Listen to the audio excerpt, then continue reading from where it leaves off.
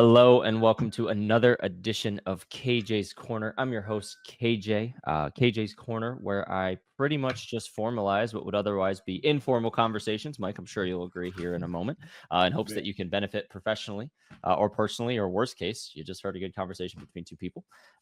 With me, I have Michael Ryer of Amigos Internacionales, I believe.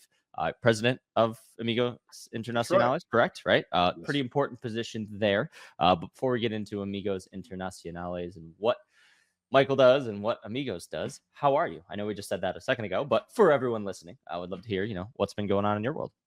Man, I'm doing great. I just found out about 2 weeks ago that I have just celebrated my 1 year of being cancer-free from colon cancer. Look at you, man. Surgery.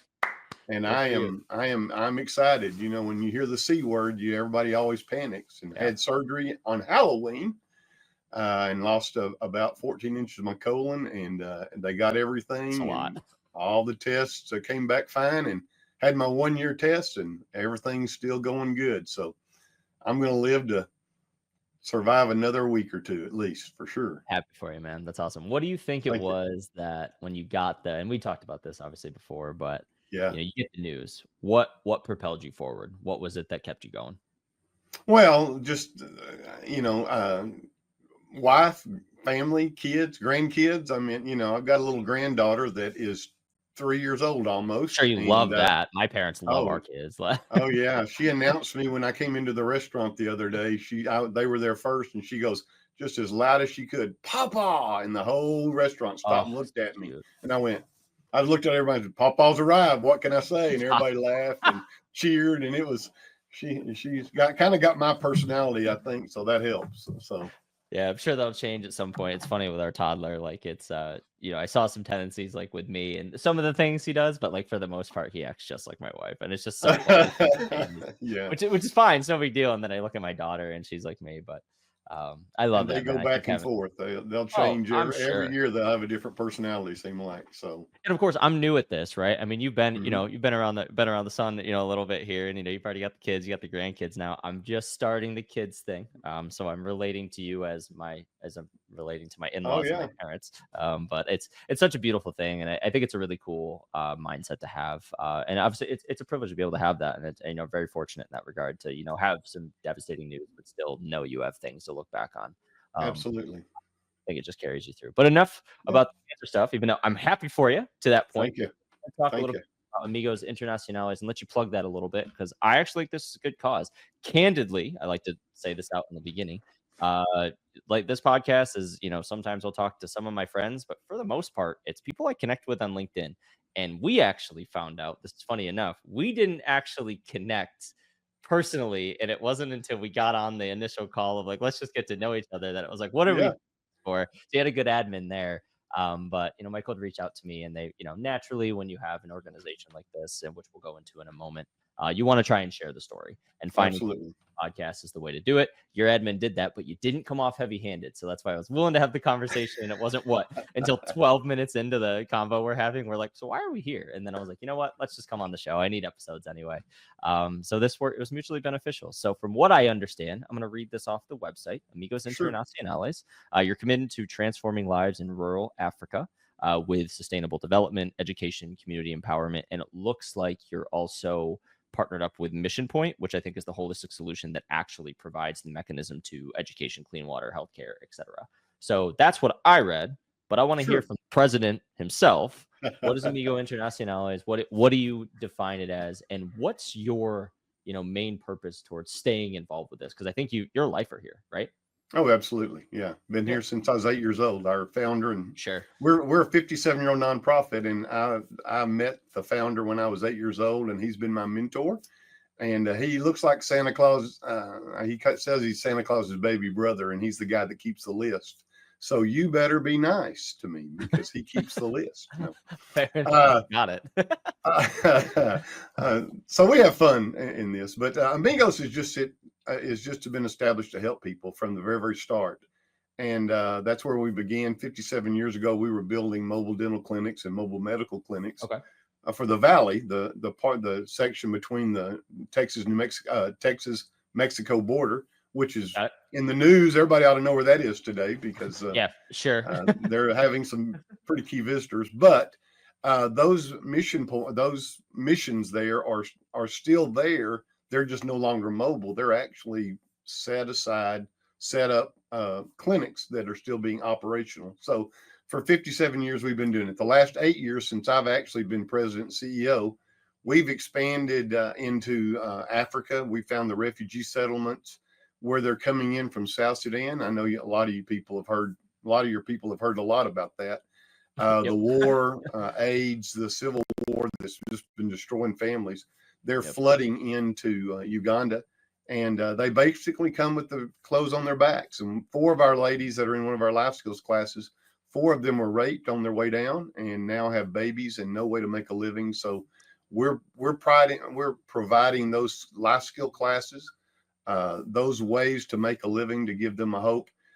You said sustainable. I think we're making generational change, which for me, down there for sure. I think it probably started that way, but yeah, it's critical because I don't want to just give a person a fish. I want to teach them to fish. And so that's what we're doing. We're just wanting to help people. And I want to share my story because I want you, and we're not heavy handed, because I think if I share my story with you and you see my kids, the kids that we're helping every day, you, just like I will fall in love with each and every one of them, because each one has an important story. Most of them are orphans. We've got 500 kids in school right now in 4 different schools in rural areas that don't have a chance to get an education. So without an education, those kids have no hope. With an education, they at least have a chance. And that's what we're here, is just to give somebody a chance. Love that. And it's cool too, because I mean, I see Amigos Internacionales. That's clearly, Latin descent, right? In terms of the name. It's cool. You started in Mexico, but you expanded out just based on, the need and the desire. So on that front, what was that first project like for you, where you saw truly like what it was? You could sit there and talk about the planning and the impact of what you're going to do, but then getting involved. Walk us through that first time you stepped foot. I guess really, it doesn't have to be international per se, but step foot somewhere outside where you were growing up to make a difference. Because I think that's going to permeate into your continued vision as to why you like to do this. So I'd love to hear that story. You bet. Well, I've been involved in mission trips and missions all my life, but I think for what really meant, so missions is helping those that, if you've ever been outside the United States, you just kiss the ground when you come back to it. And because you realize how blessed we really are. Sure. Yeah. But one of the things I think that impacted me the most with our current direction we're going is I went to Uganda after we had sponsored a Christmas party for orphans. And in Uganda, kids don't have their school paid for. They have to pay for it themselves. And when they are not in school, when they can't pay those school fees, they get sent home. Many times the girls and even the young boys are raped or sexually taken advantage of, because they're just trying to make a living to get back into school. Well, we were there with my son, and actually my best friend went with me that first trip, and we were meeting these orphans. And we went to a school, and the people we were with were counting the kids that were in this particular orphan program. And they said, they looked at me and said, well, yesterday, if you'd come, we'd had 17 more kids, because they couldn't meet their school fees yesterday. They were sent home. And I said, wait a minute, what do you mean? He said, well, they couldn't pay. I said, how much are you talking about? And they said, for the rest of the semester, it's $10. And I said, man, I've got $170. I pulled out cash. And I said, you go get those kids right now. Go get the kid, man. And you put them in school. And for me, that decided that's my goal, is to put those kids in school. And so as we sponsored kids, we did 16 as a test program. We wanted to add another 16 because it was so successful.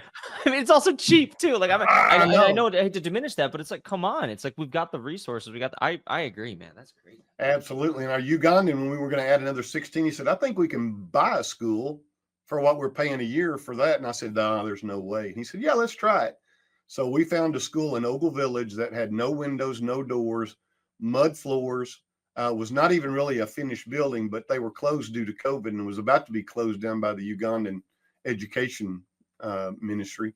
And we bought that school, put $150,000 into it, put solar, put a water well on it. We now have 266 kids going back to school every day in this little village, about 15 miles from Gulu, with no hope of ever going to school anyway. And we've developed what we call, and this mission point, and it's our initiative, in which a 7-point project, which we drill a water well, we put a school in, we add a church, we do life skill classes, we do sewing and soap making, and we've even got a community farm with goats, chickens, and ducks. And we are just finished our second building for dairy goats, where our dairy goats are going to be delivered December the 13th. We bought those in. You had to bring them in from Nigeria, but if we can put a male in every village, within 2 years, almost every child in that village will be able to have at least 4, or every family will have 4 liters of milk a day. And that's cheese. And then if we do chickens, that's eggs and cheese and milk. And it's literally providing, not just giving them a fish, but providing them fish for the rest of, for the rest of their life. And so that's our goal. And that's what keeps me going every day is the opportunity to make effective change in the world.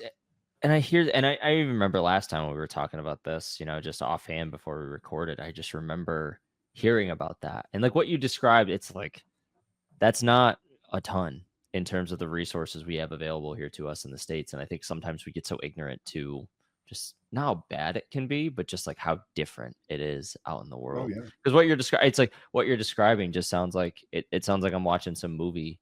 Right. It doesn't sound real, but like that was, how recent was that you just described? Like that whole project? Oh yeah. We're buying the dairy goats. You're really doing that now, right? December the 13th. We just finished our building, our little goat building.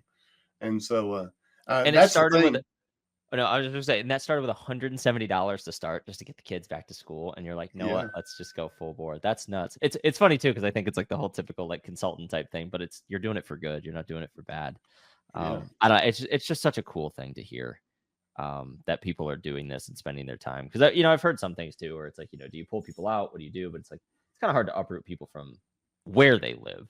But sometimes bringing the resources down there seems to be key, and that seems to be what y'all do primarily. I think that's key, is that we're not going over there and trying to Americanize. A lot of people say, oh, you got to do it this way because this is the way we do it. Well, we have 26 Ugandan and Tanzanian employees over there that work there, and they are actually keeping everything, I guess, natively pure. We educate as they do. We just improve the quality of their education. In fact, our photographer's last trip was watching our kids in this little village school of 260 kids. And he looked at me and he turned and he said, these children are getting an education that's better than the quality we get in the major town of Kampala, which is their capital. And I said, that's the key, is that we've got to give them at least as good, if not better. And so we do that and give them a hope and a purpose. And that's the purpose of what I do. So. Yeah. And what's nice too, is that the way that's set up, and I wanted to ask a little bit how people actually get involved who are local. But what I love about what you just described is that notion that we were getting at, is like you go in and it becomes like indoctrination. And that's not what you're saying, is like you want to localize it as much as possible, which I think is cool. Because I think even in like the business world, right? I mean, when you got someone coming in telling you like, this is the way we're going to do things, and it completely throws out all like just the inherent knowledge, or like I almost call it tribalism, right? Or that what's the right term? What is it? What's the term I'm thinking of? Like, I don't remember what it is offhand. That's going to stay in the podcast. Whatever the term, you know what I'm talking about, right? Like the whole that notion of just like there's just intrinsic knowledge you have based on your location, your region, your socioeconomic status, whatever the case may be, that it seems like you're really doing the best you can to maintain that. On that front, this is a question that I just had as we're talking. Sure. How do you determine if someone's able to help y'all on your front, right? There's obviously it's a liaison type, whatever role it is. It's definitely a liaison, because you talked about, people from Uganda. What's the process of, soliciting those folks, or do they just kind of get chosen, so to speak, by the group, and then it's just they play that role, or are they already operating in that capacity and then they just align with y'all? I'm curious to see what the process is there. Yes, and yes, all the above. Okay. I made some assumptions. All right. Well, I mean, it really does. We have on our website, we have an amigossafaris.com, which we actually take, I call them vision trips, where people come and they just want to meet the kids. They want to love on the kids. One of the guys that just recently went with us in August is a board member, and he sponsors children. Oh, lunch is served, hot dog. Lunch is served, yeah. Oh, look at that little baby. cool. Cute. But he's our board member, but he's sponsored a child for 4 years now. So he got to go over there and love on that child and meet the kids and help. We actually delivered chairs and blackboards to a rural school about 2 kilometers from South Sudan that we were just now starting. Found out there were 300 kids that were meeting in this little hut. It was a pretty large hut on dirt floors with illiterate parents just trying to learn. And so I met with our Ugandan director just a while ago, earlier this morning, and we now have volunteer teachers that are teaching them how to read and write. And they've got chairs, they've got blackboards, and they're actually a school. There'll be our first 125 school children in this 4th school of ours. And 4th school. Wow. Oh, you're already on 4. School. Wow. That's crazy, man.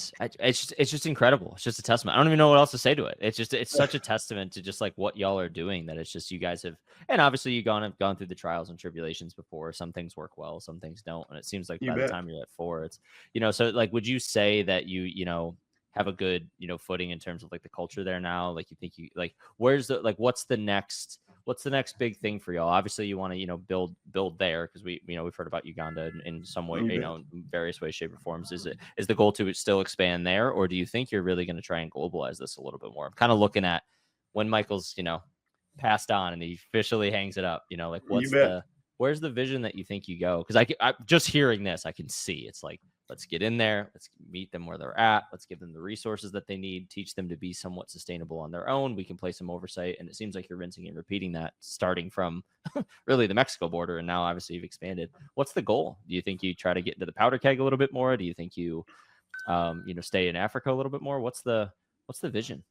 Well, we go wherever the need is. Right now, we have 25 places that our Ugandan people have identified that need a sustainable community. So you've got work there. Uganda. Cool. So we'll have quite a bit of work there. And our next big goal for each, and let me just start off by Ogle Village, where we bought the first school. We have started this Mission Point initiative, and we've completed 6 out of the 7.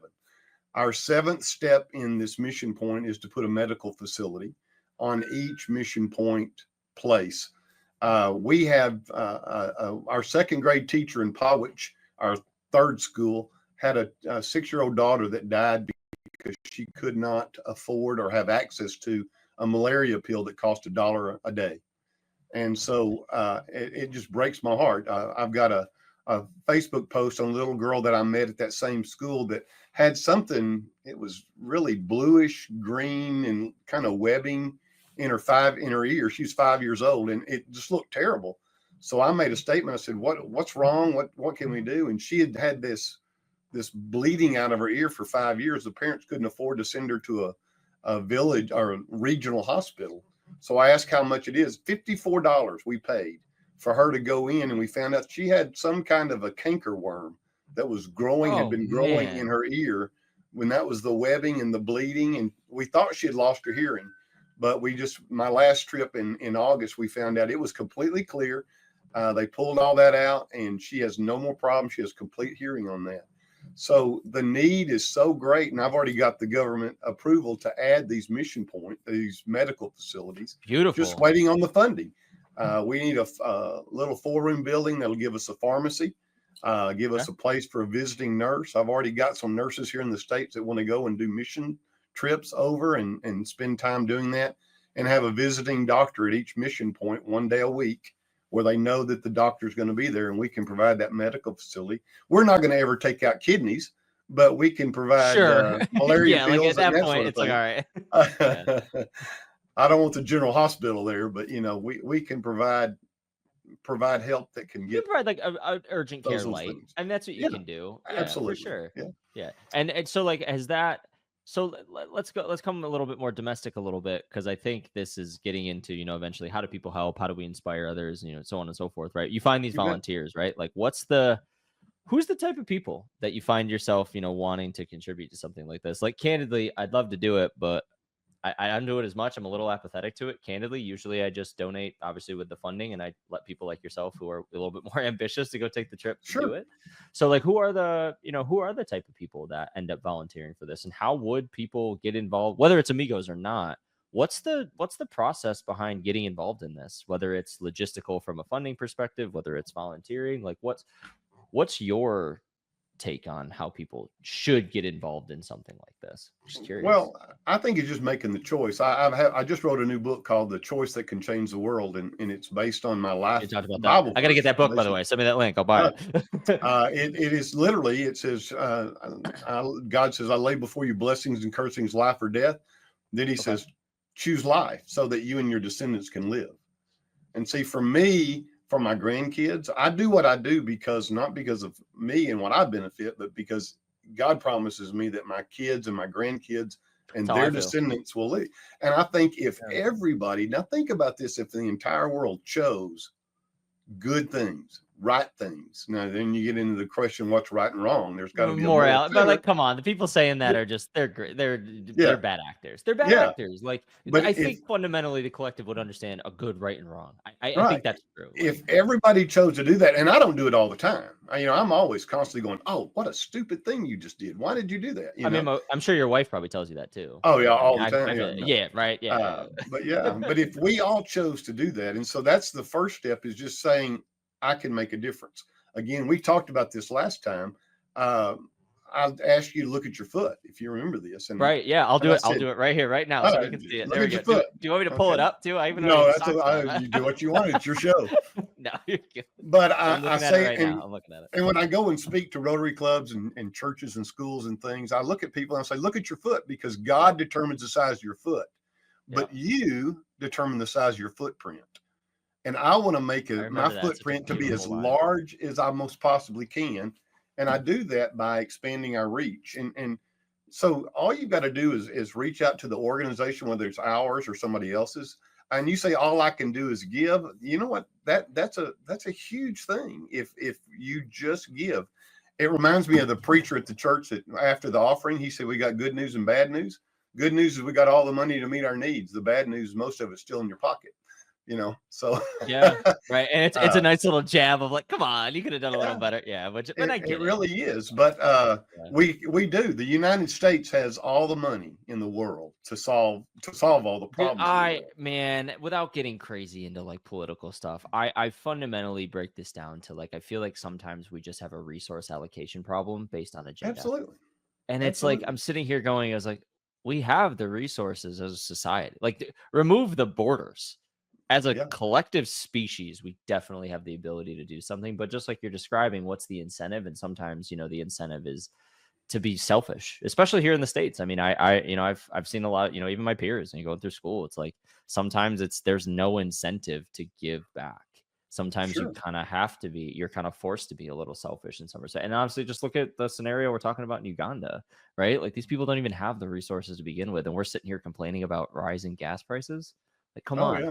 Like, you know what I mean? Like, it's just, and when you break that down, it's just, I've even got something worse than that. Go ahead. People look at me and they go, well, what are you doing for the United States? And I'm going, what are you doing for us? Man, are you doing anything local? And I said, yes, we do things locally. We have trauma. We have a gentleman that does trauma classes locally, but I mean, that's like saying to the goose that lays the golden egg, what are you doing? How can you make more gold? And I really think that we've got to be focused on a global response. And that's why I say generational change, because those people will grow up to be leaders in Uganda. I think I told you the story of the little girl that was an orphan, was on the streets, and we found her, sponsored her. And within 4 years, she's been in school all those 4 years. And we've got a judge in Hillsborough, Texas, that's sponsoring her. And she is now speaking French. On her way, she wants to be an attorney to help the children in the Congo, the French-speaking country of Congo, and so full of sex trafficking. And so you ask where the next step is. We've been asked to go into Kenya. We've been asked to go into Congo, Cameroon. We have invitations to go and do this in other areas. We're just waiting on the funding. We could do so much more if we we had the funding and those things that we need. We've got volunteers. We've got people that can go and do. Yeah, I'm sure that's probably not the issue. It's just you need an abundance of like capital. Oh, to sure. probably Money do makes a the lot world of these go round. things. Isn't that what they Yeah, say? it really does. And it doesn't, the interesting thing, it doesn't take all that much. Like I said, $38. We sponsor children for $38. Less than a cup of coffee a day. You can put a child in school, give them clothes, give them food, give them a future and a hope. Just for a cup of coffee a day. And that you said, so 38, so you're saying 38 bucks, and that's a month, I would assume? That's a month, yes. It's really not. It's like, it's really not. And like, and I get it too, because I'm even thinking about, like, you see all the, like, what is it, the ASPCA that does it with the dog commercials, and they tug on your heartstrings so much. And then I'm like, and I've even said it before too, where it's like, all right, you need 19 bucks, like it's like 19 bucks a month or whatever it is. And I'm just like, well, we're putting all the money in the marketing aspects. Like, where is it? But I think what you're really getting at is like, this is like, it's a temporary fix, and what you're working towards is generational. Because I think the money donation now is key, because it gives us the capital to be able to like do things on top of obviously the funding. And the funding comes from, do you get government grants here in the States, I assume, to be able to go do that? Right. So like that all happens. But what you're describing is, but if we can start putting it forward, now I don't have to necessarily solicit the donations as much, because we're actually building something back better. And it's like, I think that's the foresight that I think a lot of individuals just miss in situations like this. Would you agree? Oh, absolutely. We're building school buildings. We're drilling water wells. When we drill a water well, 1,200 people a day get fresh, clean, disease-free water. Now, we're talking about water that they were previously getting typhoid, dysentery, diphtheria. And I've got a video on our YouTube channel from a mother that was dying of typhoid, and she recovered. She's standing in front of the water well at her village that we drilled, and she says, "Thank you, Amigos, because me and my family will never be sick again from water." It's amazing. And it's like, that's crazy. And we complain about changing bottles. Like, we complain about the fact that like different bottles cost different. It's like, but you have options. Yeah. We'll have like, it's just, I don't know. I just bottled water or smart water, that's which kind of water do you want? Like which one? Which filtration system do you want? But I love discussing these things, because I think it's just a great reminder of like, appreciate the things that you have, right? And cherish those. But like, I think when you're in an opportunity to give, like, it just like with Asheville, right? I mean, I have some buddies in a local Discord community for our wrestling group, and like it's obviously not as the biggest impact as like this, but like they needed a few bones. They were out of whatever, and I'm like, yeah, I got you. Like, and it did, and nothing. I was like, I didn't need, and they were like, are you serious? I'm like, dude, I'm sitting here in my house that was totally fine. We didn't get ravaged. You can't even access the internet. Like, come on, go buy yourself some dinner. Like, go get out of the house, go do whatever if you can. You understand? Yeah, of course I do. And I think it's, I want to give a little bit of a testament to it, or some credit to my parents with that too, especially my mom. My mom's that typical like Irish Catholic type, you know what I mean? You already know who this woman is, right? And absolute saint. Sometimes we differ in certain things as I've gotten to become an adult, but for the most part, I mean, she's the smartest, most intelligent woman. She got me through school, right? So, but she was like that. It was always very much like, work to get to a position where you can have everything that you need so you can give to others. And I thought that was something that it was always pervasive in like my mind. And now that I'm, fortunate enough to have the job that I do, I try to do that as much as possible. I think I could do a little more, but I'm a little distracted with my kids. I think once they're a little older, I think it'll be easier. Because I'd love to try. I'd love to take like a 2 week, because I, work in software sales, right? Like, I can take 2 weeks. I can do volunteer time off and do it. And I would love to do things like that. I just haven't been able to. Just because I, have my own family that I'm trying to raise as well. But like I said, just hearing these as a reminder is fantastic. So I have a couple more questions with you before I let you go. One thing is logistical, right? Obviously, I love this org. I'm probably going to donate after this. Probably, just make sure we can sponsor for a year. Appreciate that amount. Yeah, of course. So is that the best way just to start? Like, I know the website's amigos, ii.org. I see the donate and fundraise right there. Best way to get started, would you say, right there? Yeah, the best way. If you want to sponsor a child, what I'll do is I'll promise you, because we're a very personalized nonprofit. If you sponsor a child, you will get a thank you video from that child every quarter saying, KJ, thank you for sponsoring me. My education's going well. I'm going to do better. I've actually had some kids that apologize. I'm sorry I didn't do well this time, but I'm going to do better. I promise you next time.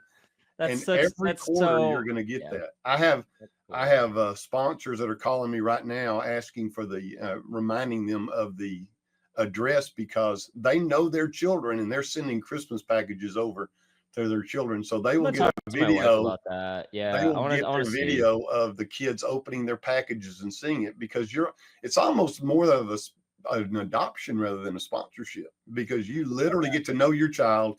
You get to see what they're doing. You get to actively involved. And sometimes when I'm over there, I will try to Facebook or FaceTime with you. Of course. And most of the time the internet's not very, very, very good. Sure. But I am waiting. And that's fine. I'm waiting on a package right now in the next couple of weeks that are coming, because all the children have written Christmas letters to their sponsor, and they'll actually be able to get, they'll look at on Christmas morning, they'll be able to open and read that letter from their child, thanking them for what they're doing and how they're doing it, and just being very personal, because I think the personalization of this is the key that you're missing, is that you get to see the difference that you're going to make. I agree. And it's even like, I mean, I'm just pulling this back into even just the corporate working world, right? I mean, I can sit here and, talk about how amazing I can be in a automation and integration sales cycle, and how I can, think about this and, nuance or whatever. But like most of the time, a lot of my success came from you being someone who says, I have this problem. What's your point of view and how do I solve it? And I just showed you how to solve it, right? Like it wasn't complicated. And then it's like, oh, big sales deals happen. Why? Because guess what? They got the funding based on the business case, and we showed them exactly how it would work. And it's like, it's so mind-numbingly simple to me to just try and be a decent human in regardless of the situation. And I just think we have all these external factors that just shroud our realities, when it's just, we're all humans, man. Like some of us are going to be more blessed than others. Some of us are going to be better at things than others. Some of us are going to be more attractive, whatever, blah, blah, blah. But like, what's inside never changes. And it's just like, I don't know, it's such a beautiful thing that you're doing. So let's and I actually let me just add, please. I've got a lady that says I don't have much money, and she said, but I know a lot of people. So she actually is on our fundraising page, and she's actually sharing our message with others. It out. Yeah. And I mean, that's part of it. And she still gets I believe she's going to have an account registered in her Golden Crowns or whatever, whatever you think, but whatever it is, because she's helping you do what you can do. Yeah. I have Rotary groups that are giving and other groups that are giving every month a little bit at a time. And so their whole group gets to take part in this, and they see the pictures, they see the videos of it. And I'm always sending pictures of what we're doing to those people, so you can actually see your dollars at work. And that's, I think, is what you don't have to just go, but you can go and love on these kids. Sure. I took 5 in August, and they loved on the kids, and it changed their life completely, just by touching the lives of these kids that they have no hope without us. Yeah, and is that and I always like to end these with some parting words of advice, especially someone like yourself, Sue. I'm not aging you, right? Because you look good, not a day over 40, 65. But yeah, right. But you've been around the sun a little bit, right? So is that the type of advice, like put yourself in a scenario to where you can feel an impact? Because I think there's a lot of people that either feel disenfranchised based on their certain situation, or they feel stuck, or they feel whatever. And obviously, if you need to go get help, go get help. Obviously, go see a therapist, go talk to a doctor, don't be afraid of that. But what's your advice to get someone out of like that rut? Because I think if you are looking at things holistically and trying to give, even if you don't have a ton of resources yourself, I think regardless whether you believe or not, I think your life's just going to probably work out better. What's your advice to help people out in those scenarios? Like, what would you suggest? Obviously, outside of just going to, Uganda and like sponsoring a kid, right? Like that's going to obviously do it, but that's a little hard to do. So what are some, tricks to, get people? Can I give you a story? Please. Sure. I had a little an older lady that's probably 83. Okay. And she was older, and she had no family. She had a wreck and went to the hospital and was pretty banged up. And she didn't have anybody with her except neighbors down the road. She went home and basically started looking internally at her and her life. And she said, I have nothing left but to die.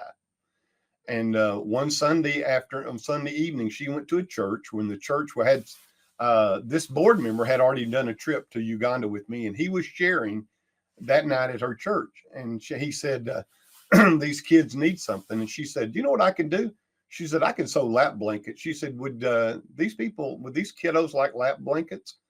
And he said Shirley would. So she literally started making lap blankets for all our kids.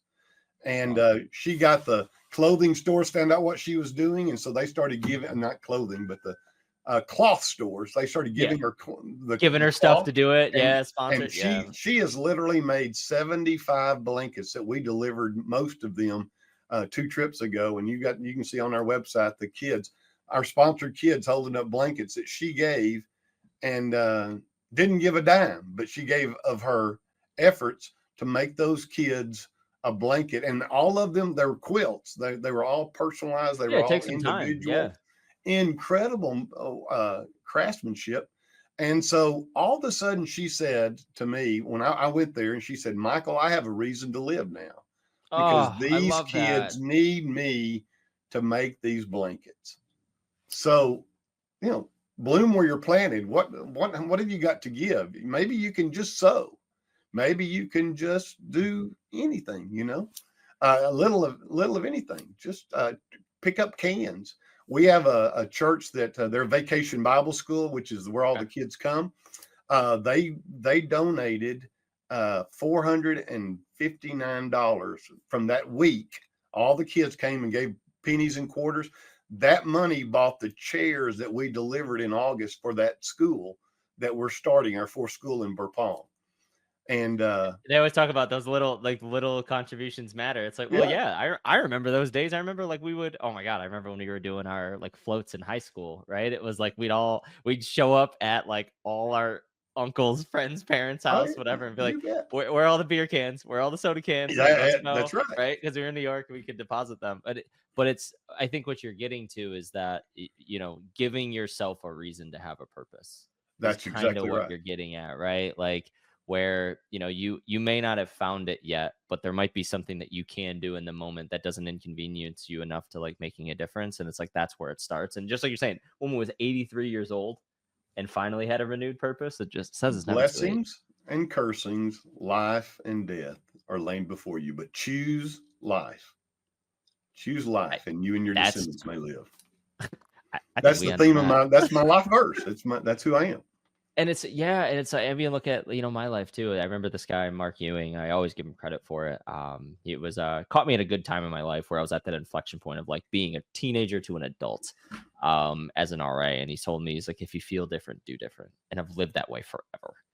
If if I'm feeling off, something's got to change.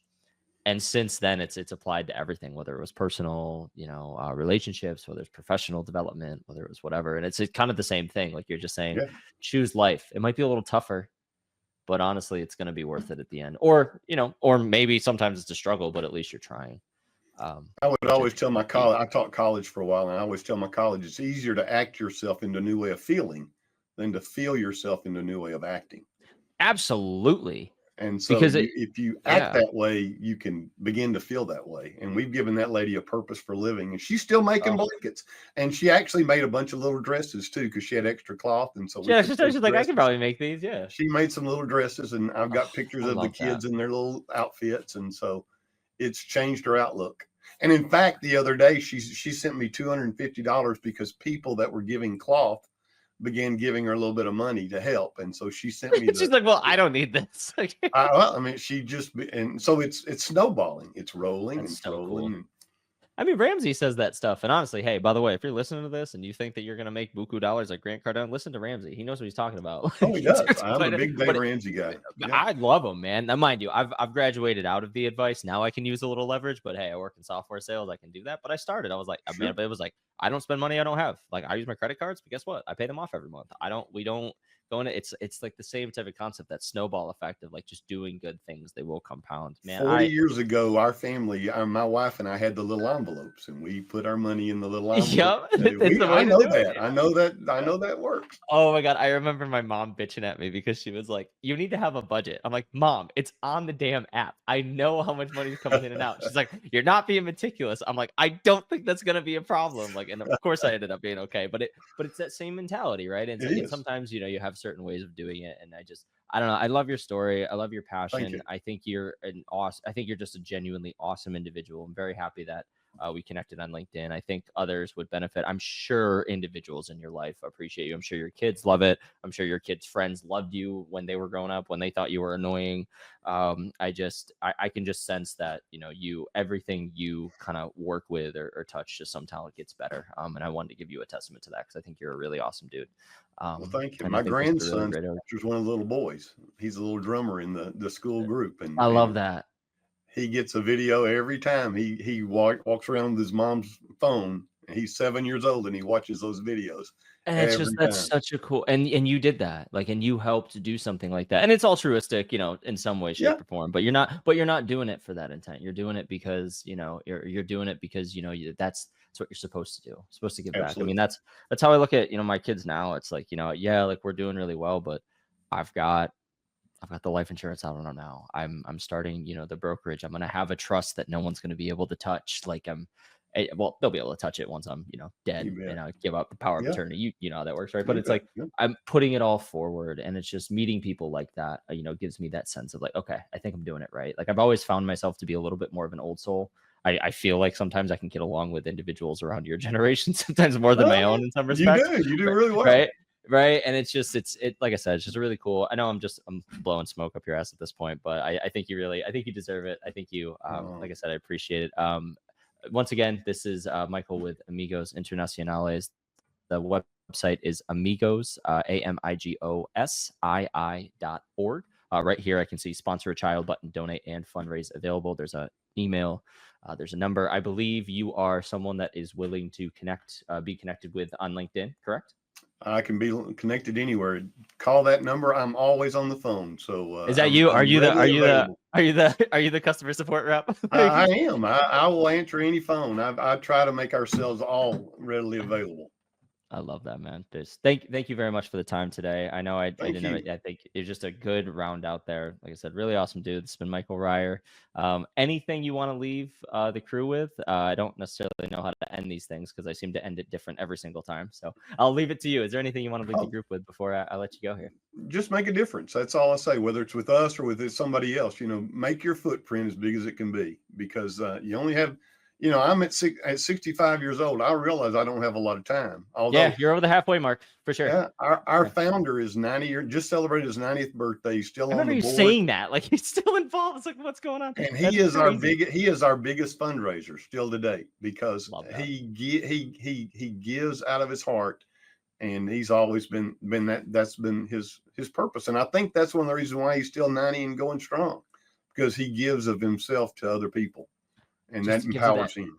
Yeah, renewed sense of I remember my neighbor growing up. He was like 93, cutting the grass. It's like, what are you doing, Frank? Like, you just broke your damn hip, and it's just stubborn old, Yeah, mentality, but sense of purpose, sense of belonging, earning absolutely. everything. And it's just so much respect for it. So much for you, Michael. Thank you once again for the time. Thank you. Awesome. Hopefully And this, we'll see yeah, you yeah, I'm sure this won't in be the last time. Africa. Yeah, maybe. That's actually a maybe. Now, mind you, I'm only saying maybe, and it's I a tentative, understand. right? Things are happening, but I'm definitely going to make a donation for sure. I guarantee this is going to Sounds happen. great. But once again, thank you once again for the time. This has been Michael Ryer with Amigos Internacionales. I am KJ with KJ's Corner, and hopefully we'll see y'all next time. Cheers, guys. Have a great one.